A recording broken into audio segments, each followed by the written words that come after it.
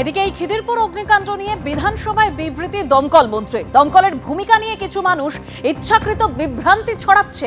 রাত 2:05 দমকল হেডকোয়ার্টারে প্রথম ফোন আসে। দমকল হেডকোয়ার্টারে থেকে 3টি গাড়ি যায়, পরে আরো 20টি গাড়ি পৌঁছয়। ফিরাদ হাকিম রাত 3টায় ফোন করেন ও ঘটনাস্থলে যান। আমি 6টার মধ্যে পৌঁছে যাই। দমকলের ডাইরেক্টর ও ডেপুটি ডাইরেক্টর সহ পদস্থ আধিকারিক ঘটনাস্থলে পৌঁছন। 700 জনের মতো ক্ষতিগ্রস্ত হয়েছে। দমকলের দেরিতে পৌঁছানোর অভিযোগ বা জল ছিল না বলে যারা বলছেন তারা ঠিক বলছেন না। ফায়ার ব্রিগেডের গাড়িতে জল ছিল।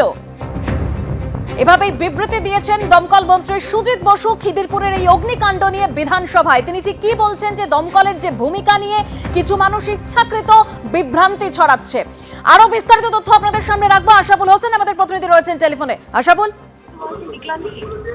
দেখো দেবস্মিতা, আজকে বিধানসভায় খিদিরপুরের অগ্নিকাণ্ড নিয়ে বিবৃতি দেন দমকল মন্ত্রী সুজিত বসু এবং তিনি তার মূল বক্তব্য যে খিদিরপুরে যে মূল অভিযোগটা উঠেছে যে দমকল সময় মতো পৌঁছায়নি, দমকল সেখানে দেরিতে পৌঁছেছিল, গাড়িতে জল ছিল না, যে এই যে অভিযোগগুলো করা হচ্ছে এই অভিযোগগুলো আদৌ ঠিক নয়। এবং তিনি সময় দিয়ে বলেন যে প্রথম কল 2:05 কন্ট্রোল রুমে আসে এবং সঙ্গে সঙ্গে হেডকোয়ার্টার থেকে 3টে গাড়ি ঘটনাস্থলে ছুটে যায় এবং তারপরে আরো 20টি গাড়ি পাঠানো হয় সেখানে। এবং খোদ মন্ত্রী ফিরাদ হাকিম তিনি 3টের সময় দমকল মন্ত্রীকে ফোন করেন এবং তারপরেই ফিরাদ হাকিম ঘটনাস্থলে যান এবং তিনি নিজে 6টার নাগাদ ঘটনাস্থলে পৌঁছন। পাশাপাশি তার আগেই ডাইরেক্টর, ডেপুটি ডাইরেক্টর সহ দমকলের পদস্থ কর্তারা তারা ঘটনাস্থলে যান এবং জল নিয়ে যারা বলছেন যে তারা ঠিক বলছেন না। ফায়ার ব্রিগেডের গাড়িতে জল ছিল, তবে আদি গঙ্গা থেকে জল পাম্প করার ক্ষেত্রে কিছুটা সমস্যা হয়েছিল, সেটা তিনি বলেন। এবং সেই সঙ্গে তিনি বলেন যে তিনি মন্ত্রী থাকাকালীন 6 বছর ধরে তিনি মন্ত্রী আছেন, এই ফায়ার ব্রিগেডের মন্ত্রী।